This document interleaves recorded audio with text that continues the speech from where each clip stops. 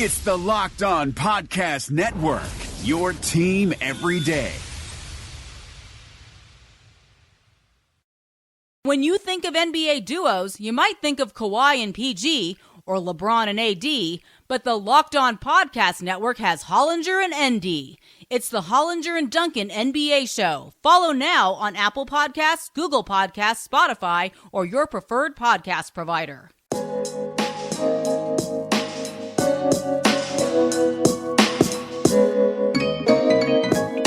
Welcome, everybody, to the Locked On Lakers podcast. I'm Anthony Irwin.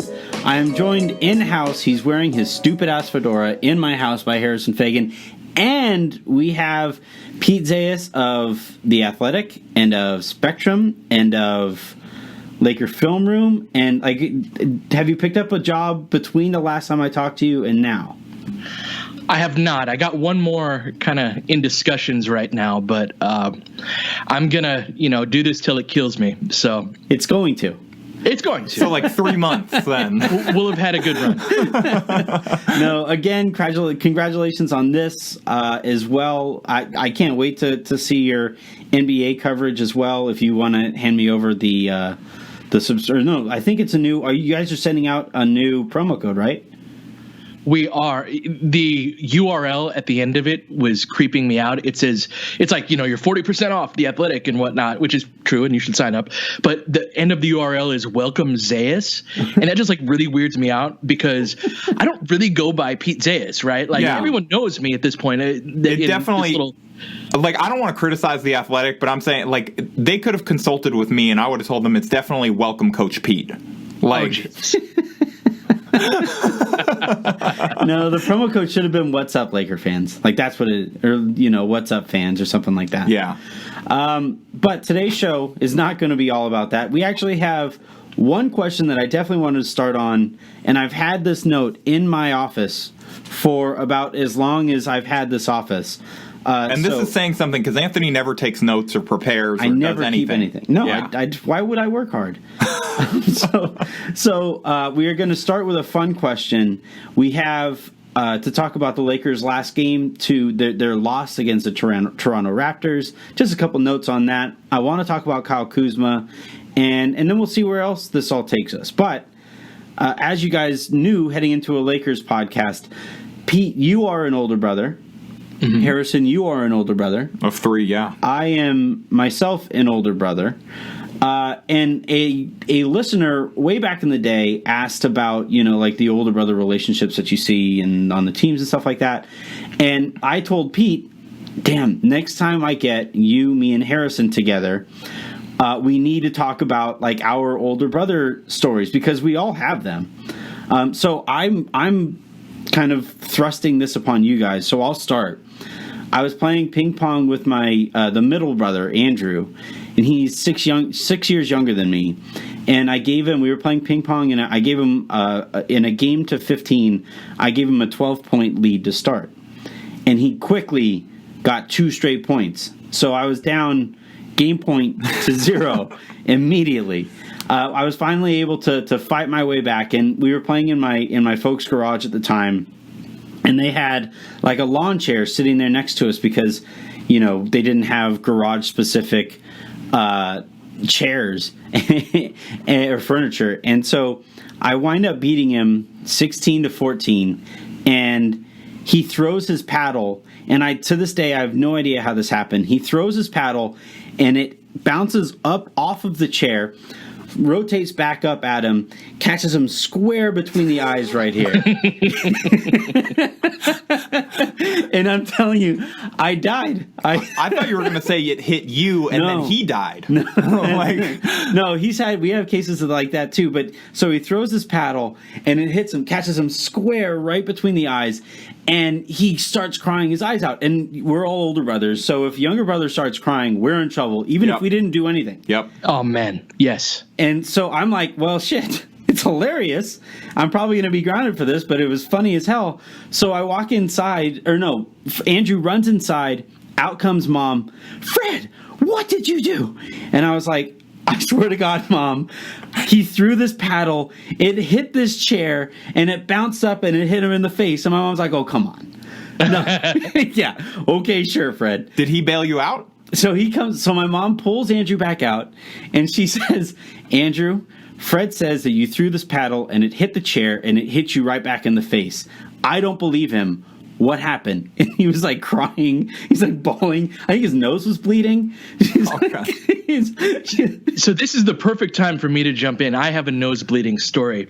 I am 8 years older than Tommy is. And so one day I'm about 18 years old. I was visiting my parents and he was about 10. And we're playing video games in his room. And we're like, I'm beating him because I'm still, I got my motor skills are a little better than his at this point.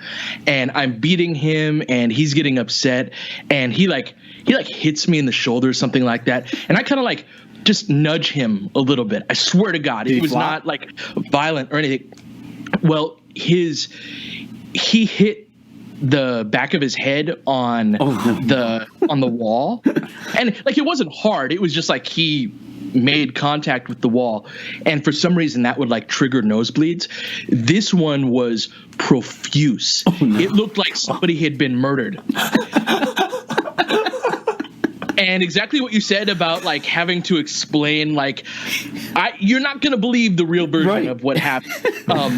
My dad is a 5'1" former drill sergeant in the Army who's got just the scariest voice and persona, which you'd have to have in order to be a. Yeah, I was going to say, to be a 5'1" drill sergeant. Yeah, he's a very intimidating dude.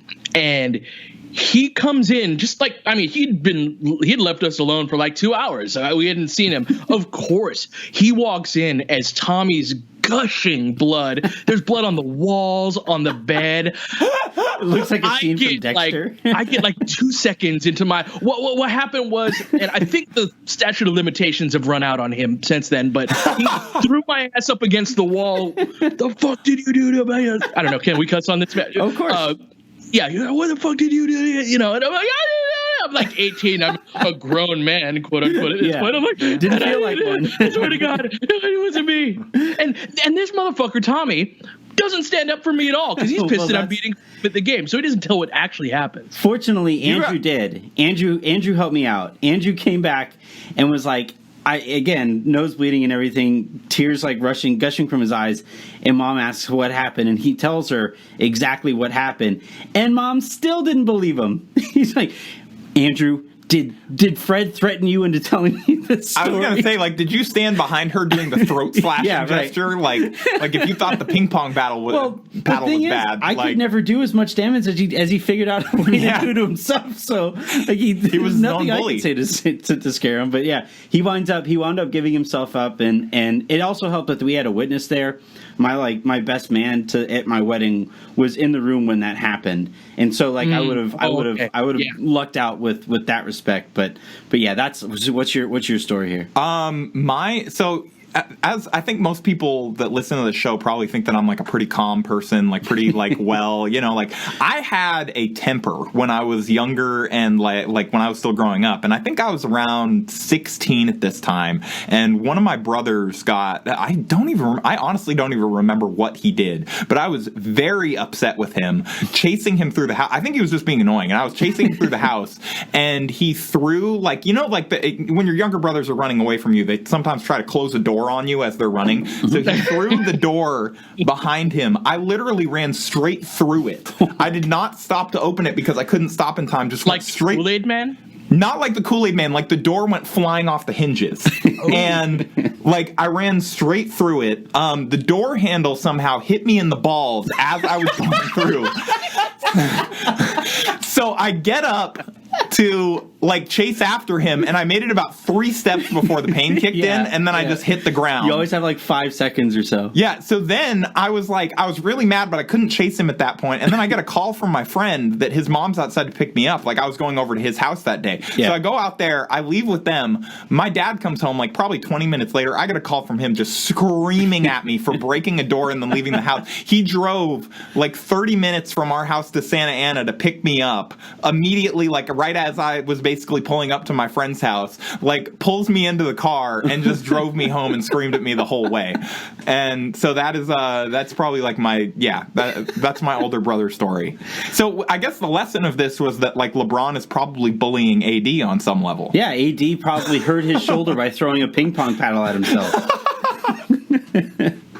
It was a stop hitting yourself situation. Is what exactly. I think that is with his shoulder. LeBron punched him too hard in the shoulder, and he's like, "You better blame that on a missed dunk." Yeah, right. Well, we'll never know because the Lakers don't like giving out injury information. Oh God! So let's take a quick second. That was fun. When we come back, we're actually going to talk about the Lakers. I do want to talk about the injury stuff. I had forgotten about that at the beginning of the show. I want to talk about Kyle Kuzma, and then we have a few questions here as well. So hang tight.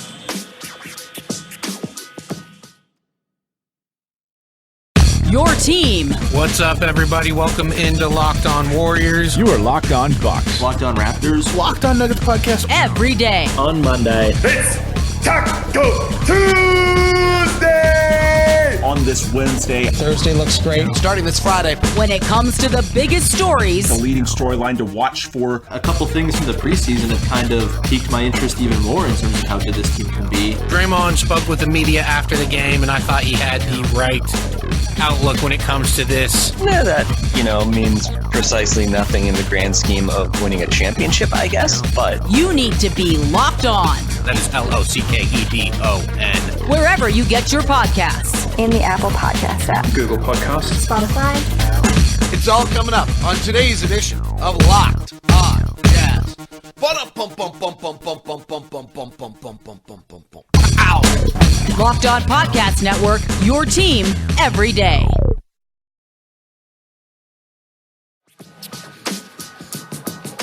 All right, so we are back.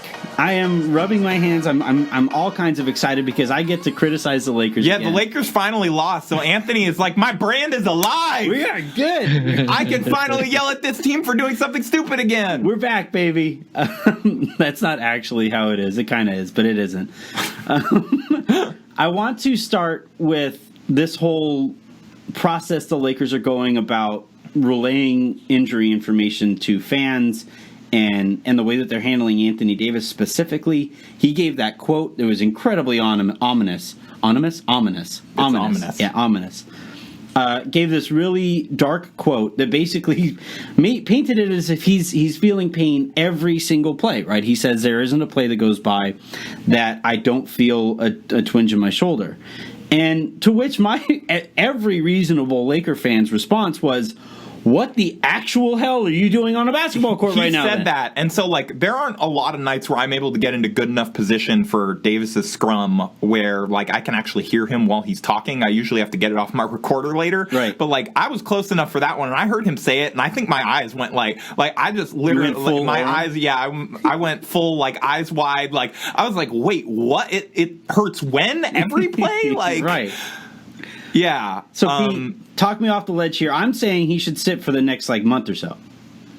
I don't know about the next month, I know, but it would be good to sit him in these upcoming games where against kind of the bottom feeders. It's funny, the Lakers have actually had the 6th toughest schedule in the NBA so far. So much for that, easy start. Obviously, they're 7-2, and that's great. People aren't taking that into account in analyzing the season to this point. Yeah. Oh, you've had an easy schedule. We actually the Suns are good now. Yeah, so that's the thing. They've got this tough game tomorrow coming up against the Suns in Phoenix. I think they'll be fine against the Warriors on the second night of a back-to-back, but it really would be great to get AD some minutes, resting in one of those games. Mm-hmm. I also think that probably explains the drop-off in his free throw attempts. I've noticed a pretty large discrepancy in how aggressive he's been at and around the rim. And yeah, man, look, I get he's wanting to make everybody happy and that he's in a new place and they want to get off to a great start. But we need that dude. So, yeah, man, in the next couple of weeks, we need to find those spots where he can just get some rest. What do you think about, so of the three of us that are having this conversation right now, Harrison, you are the closest to a journalist. Right, somebody who actually wanted to be a journalist. To a journalist. That was such an underhanded, Well, you still come from a somewhat non-traditional background. I'd be more underhanded. I thought you were going to say he was the closest to being afflicted with terminal minor injuries, like That's honestly where I thought he was going too. Like, I was like, how do you deal with like consistent and omnipresent pain?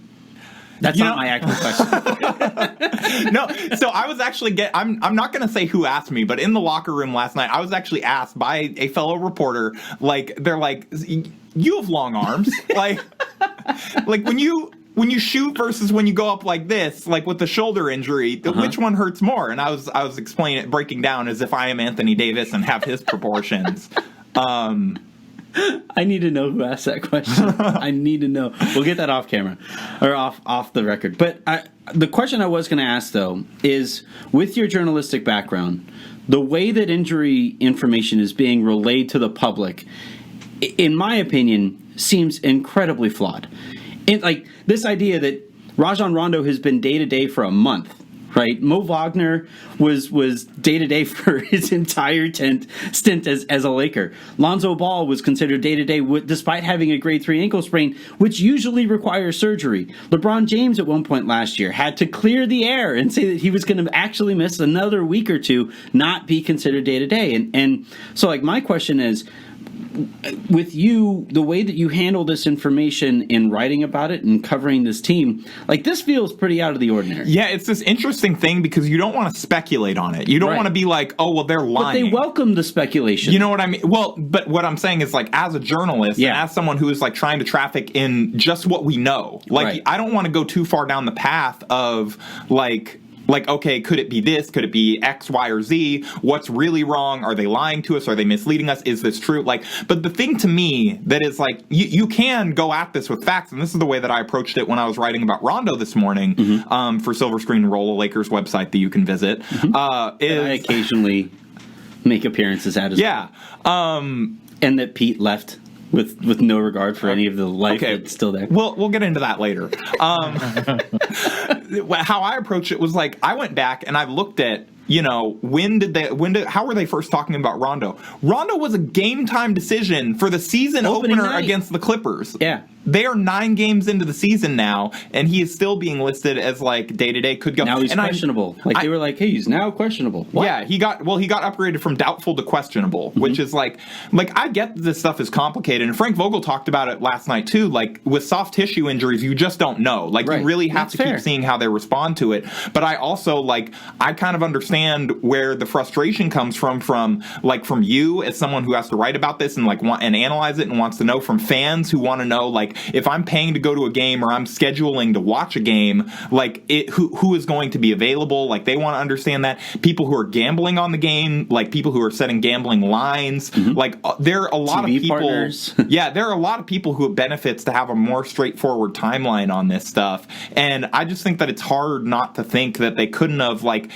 said, person's going to be out for a certain amount of time and given a more definitive timeline, and then hope that the person came back sooner than that. Yeah. You know what I mean? Yeah, that seems like the logical way to go about things is, and again, set a conservative timeline, set expectations at a realistic place, and then if that person exceeds those expectations, they look better. Whereas there's no way for an athlete to look good here because fans just hear day to day. It's like, oh, he could be back tomorrow. He could be back at most. He's back next week, and then it extends beyond next week, and the athlete is now seen as soft. Yeah, and then the only counterpoints to that are their guidelines for how you have to report injuries in the NBA, which have come into light, with the whole load management debate and all of that stuff. And sometimes these players may not want their specific injury out there, especially Davis, who clearly wants to play. Mm-hmm. How do you take all of this in, Pete? You look bored.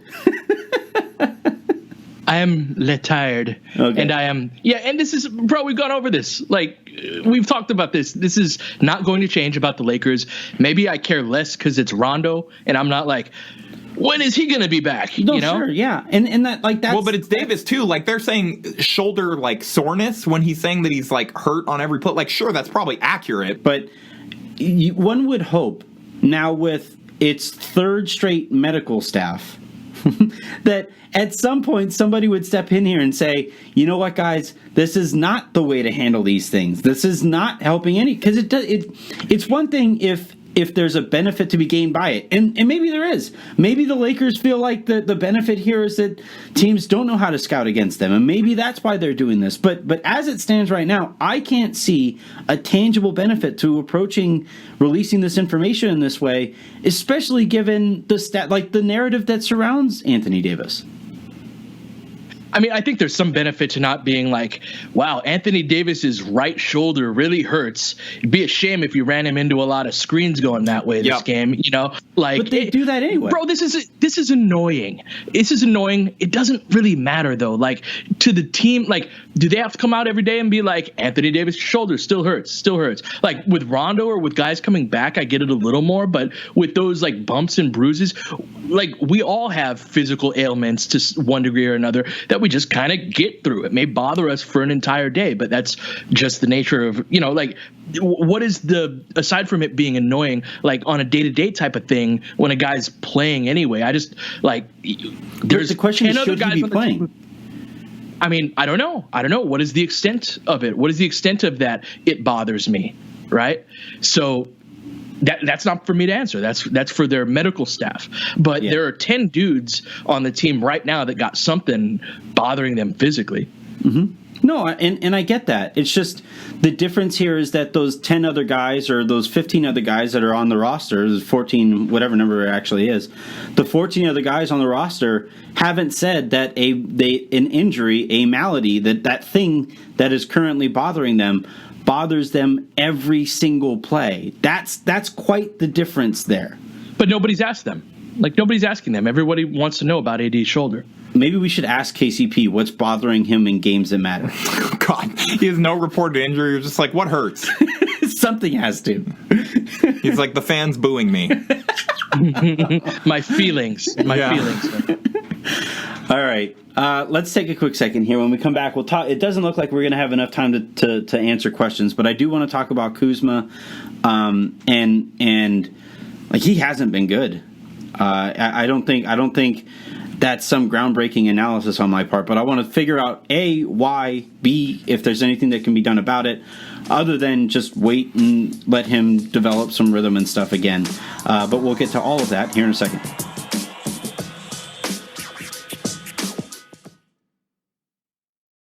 Hey, it's Noah Kozlov from Rejecting the Screen. Adam Stanko and I went ISO with PJ Carlissimo, who recalled his comments as Sonics head coach after Kevin Durant's first Summer League practice in Las Vegas. I wish I had the tapes, because I remember, like the scrums, the media scrums after the practice, like people going, well, how good do you think he's going to be? And you're trying not to put too much on him, and yet at the same time, you want to acknowledge his ability. And I think I gave some answer like, I think he's going to be a 10-time All-Star. I think he's going to be one of the best players in the league. I don't think I said he's good. I think I might have said something like might even be an MVP or something like that. And people like literally were laughing, going like, what are you, nuts? For more of these stories, subscribe to Rejecting the Screen, wherever you get your podcasts.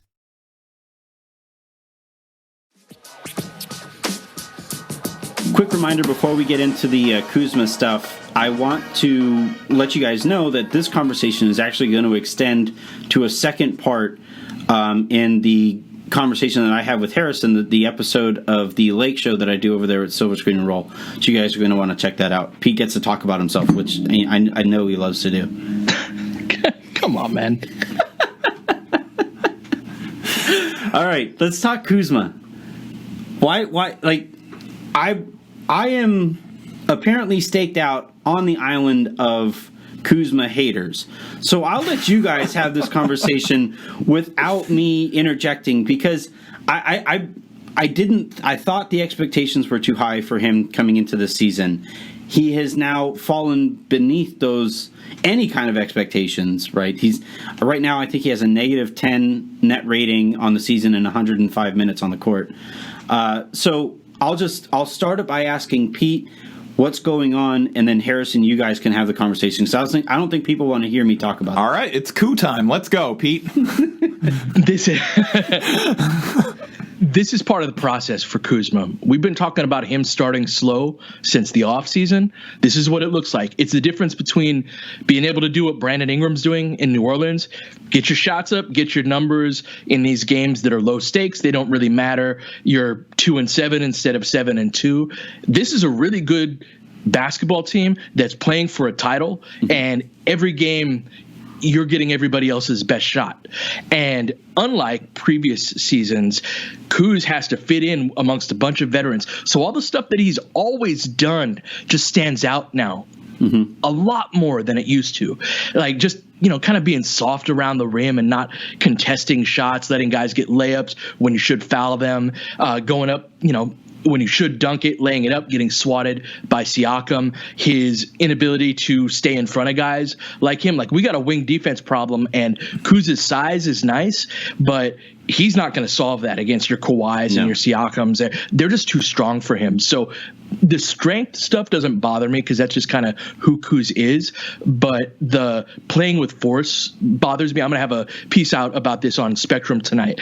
And that stuff irks me. I was happy to see the ball go in the basket on his 3-ball. He hit 3 threes in the fourth quarter. I just think this is step one in what was inevitably going to happen, and it was always going to start out slow. Yeah, I thought, as he often does, Darius put it really well the other day, in that progress is not always linear. And for Kuzma, it's not just that he has to get his legs back under him after missing all of training camp, which isn't nothing. It's not the same to just watch a new system and all this stuff be put in. It's different to go out there and play in it. It's different to have the conditioning. But then he's having to go out there and do things. It's not just that stuff that he's always done is getting noticed more. It's that he's also having to do entirely new things that he is not necessarily used to doing and not used to doing under this magnitude. And I also wonder if he's a guy that is very online, and I wonder how much he has also seen a lot of the criticism that he is getting for the first time, because fans are not being patient with him, and I understand that. This is a team where it matters and all of that thing, but I've actually been kind of shocked with how quickly things have turned. And again, I think that the bigger things here, I see Pete rolling his eyes. The bigger things here are obviously the conditioning and adjusting to a new role. I'm just saying. No. I'm rolling my eyes for a different reason. It's actually in agreement with you. I didn't even say anything. But you, bro, you can't talk as much shit as Kuz has online. That's and it. Not get the blowback when you just don't perform. That's it. Yeah, I mean, you can't cosplay as Kobe and then be a garden snake. You can't go out there and do that stuff. And how long you been sitting on that one? I actually just came to the first half of the line was something I said to him in Slack earlier, and then he came up with his own ending to it. Yeah. So that was a tag team effort. It was a good ending though. I said I made a lot of the points that you guys are talking about in yesterday's show, and talking about how it's not just that he has to. It's not just stuff that he's working on with Phil Handy, for example, right? It's not just the foundations and the principles of basketball itself. It's doing that on a Lakers team with the highest expectations of a decade, and doing so in situations where you have 3 dribbles at most. Oh, that's probably 2 more than he actually should have. Yeah. Having seen him dribble, I would agree. It's not even that. It's just he's an attack and go type of guy. Yeah. And he's not a point guard. He's got shot creation ability, but he's one of your one dribble, Danny Green only gets to do it on a dribble pull up. Most of these guys are that. But he just doesn't, that's just not his role. So I guess the question becomes, what other than letting him figure out his role? Well, the role I think we all agree on is just come into the game and score. Make up for because if he's going to be as bad as he was defensively last night on a regular basis, he has to be really, really good on offense, right? Now, I don't think he's always going to be that bad, because I think Siakam and Kawhi, those guys are more outliers than the norm in terms of players that he's going to be going against, obviously. But in terms of in terms of role, would you say that that's a decent expectation, at least for him to start out on? Is just come in and score, just come in, assert yourself when you have to, and score. Yeah, I think some of this is honestly the growing pains of that. Is like going out there and doing that with new teammates while you're still regaining your sea legs. He only just yesterday, I believe, was taken off of a minutes restriction. So like that means that he's made progress in terms of how they feel his conditioning and his injury is progressing. But like he still, is like only just kind of back to that. And I think that we're going to see some of this adjustment stuff, and also like he's adjusting to doing it with new teammates. And I also think that like if he's learning to play off of LeBron and AD, like you can't want that to work and then get overly upset about the struggles right now. Like he has to go through and make those mistakes to figure it out, at least in my view. I thought last night was an example, Pete, of what you and I had talked about with Anthony Davis and the post touches and stuff with how you force feed Anthony Davis early on in the hopes that he develops the mentality that comes with being a dominant big man when the games matter more. It's like, obviously, if last night was a game that the Lakers absolutely had to win, Kuzma probably wouldn't have been in at the end of the game, right? But it's a longer process than a game-by-game thing. This is what he's got to go through, man. Yeah. Like, we need Kuz. We need Kyle Kuzma. He's not playing well right now. That isn't unexpected. To get to where we want to go, we need a third guy who can score a little bit. Do you know how much the third leading scorer on this team is scoring? Is it double figures? It's 10.3 points per game. It's Avery Bradley. Kuz is at 10.2. Mm-hmm. We need at least one dude in that like 15 to 16 range. Yep. It's Kuz. Kuz is the only guy on the team who could do that. Yeah. I mean, I would hope that Danny Green gets enough shots to be able to maybe do that. But yeah, I agree. Although I don't think Bradley, or I don't think Green has ever, I wonder what his career high is for averages. I think he's averaged double figures like twice in his whole career. Yeah. So he just, I mean, we're seeing it. Last night was an example. Pete, you and I you warned people heading into the season, hey, Green isn't like a consistent 40% shooter. He's crazy hot and then he's crazy cold. And last night was an example of the latter. Mm-hmm. Do you think, so you made a point briefly that while I agree with, I'd want to tweak or ask you about it as a follow-up. And, like, yes, Kuzma struggling was a bit to be expected, right? But did you, like, he's been worse than even lowered expectations, right? Even knowing that he's probably going to struggle, he's shooting 20% from three-point range right now. Like that, nobody would have thought that this is what the struggles might have looked like. Is there something going on? And I'm asking this earnestly because I haven't been able to spot it. He ain't the only one who's shooting that badly. Is this like a team-wide? Is there something that the Lakers are doing? I think it's worth exploring is why are so many of the Lakers shooting poorly? I've noticed that his misses have been mostly short but straight. Mm-hmm. And so I'm encouraged that bounces back because it's not a lot of he mentioned that the other day too, that he was encouraged by the exact same thing you pointed out. Like he thinks that he said that last year he was missing all over the place, and this year he feels like they're online. They just like he said he feels like it's a leg thing too. So there's something to that. Well, you said you can't really point to anything specifically as to why the team as a whole is shooting as bad as they are. My theory always comes back to it's not just about signing good 3-point shooters. It's also identifying what kinds of 3-pointers those 3-point shooters prefer to shoot.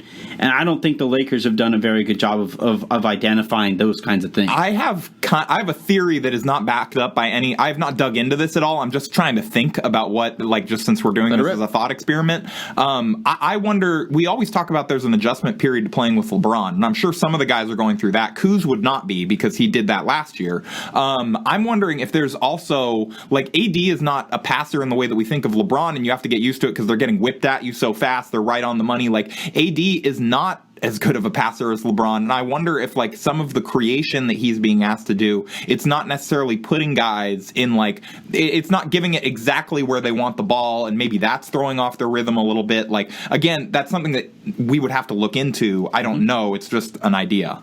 the Lakers have a significant shot creation issue when LeBron isn't on the court. Yeah. You look at their offensive rating, there's like a 20-point discrepancy between him on and off. This is somewhere where Rondo's probably going to help with all of the warts that come with that. I see your face, Anthony, but like we need a guy like him on this team. Our guards can't dribble. Our guards cannot dribble.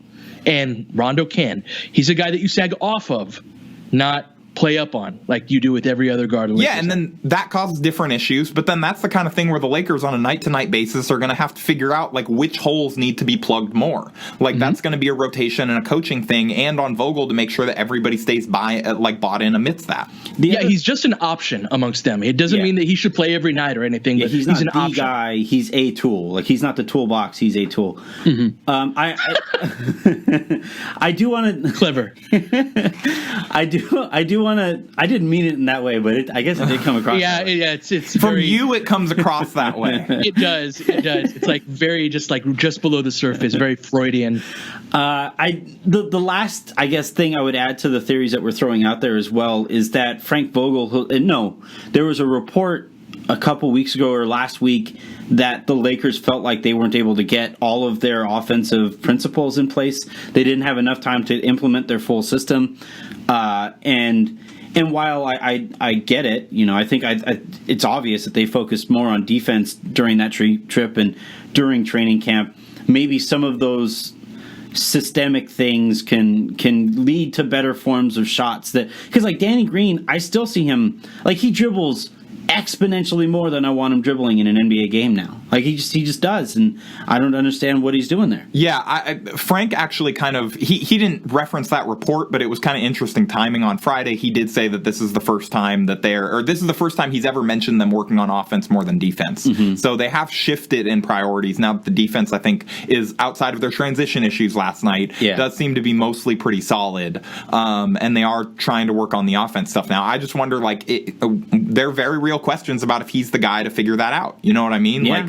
We don't know what the staff to figure that out because the guys, we don't know. The guys behind him aren't exactly offensive thinkers either. I'm not saying they can't succeed at it. I'm just saying there's not a ton of evidence that he can build like this really unique offense. You know what I mean? Like I don't know how you feel. You're a better person for this, Pete. I actually want to know if you're on a calling him Frank basis now.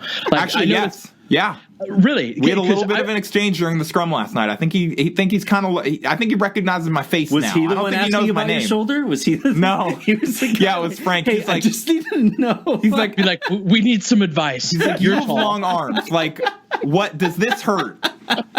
You remind me of Anthony Davis, and I was wondering if your shoulder operates like this. I always felt compelled to call Luke. That felt very natural. Every time I've been around Vogel, I want to call him Coach, which I think says something. Like I feels more like a coach. Frank. Yeah, I've called him Frank, but it feels weird. Whereas with Luke, it was like, yeah, that's just Luke. Like I picture you in a backwards hat. Luke does seem chiller. I had a similar thing where when I was covering Luke, I would call him Luke every time. But then for some reason at the college level, I would call the college coach at Cal State Fullerton Coach because it was just very clear that he was the kind of guy that wanted that. And it's like, okay, if it's going to make a difference in the type of if this is a showing respect kind of thing. I don't know. A lot of people debate does that seem subservient or whatever? I don't know. If you have something you prefer to be called. It's people it's people abilities. It's an understanding of, because at the end of the day, you're trying to get them comfortable enough to say things to you, right? Yeah. So referring to them as coach or by their first name, it's just your continued effort to try to get that person to open up to you. So however they prefer to be referred to, I don't have a problem with that either way. All right. This was fun. I didn't think I went too hard in on them. I mean, it was one loss last night. It was a knowing loss, but I feel like it's just one loss, and they'll be able to bounce back. Phoenix is an interesting game, though. Well, I wouldn't know because I didn't listen to the Mailbag Pod because Pete wasn't on. So that's the only time I listen to Locked On Lakers. I just leave those reviews once a week. Well, that's you? That's you? Yeah, it's just me. Every week, this is my hobby. I create a burner account and just leave a 5-star review just praising Pete, and then I'm like, oh yeah, Anthony, bring Pete on every episode. What's funny is that it's not like on Twitter, that's one thing. Creating a Twitter burner account is pretty easy, but you're creating iTunes accounts. I actually keep signing up for credit cards. It's bankrupting me. All right. Well, this was fun. Again, reminder, if you guys want to check out the second part of this conversation, we're going to literally record it right now. I'm going to stop recording this. We're going to talk about coverage and the ways that the Lakers are coverage and the state of sports coverage right now. It's something that Pete and I had previously wanted to talk about, but Harrison brought it up today, and so we're going to do that on the Silver Screen and Roll Pod. That's the Lake Show. You can find that everywhere you find these shows. But for now, have a great rest of your day. Make somebody else's. We'll talk to you tomorrow.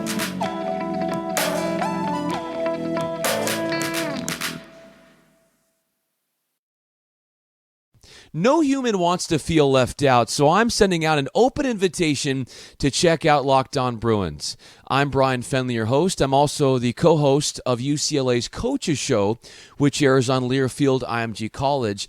And yes, tough times have struck the football program, but here it's a safe haven, a chance for us to discuss key points in how this team can start to turn things around while having fun, bringing on entertaining guests, and trying to laugh along the way.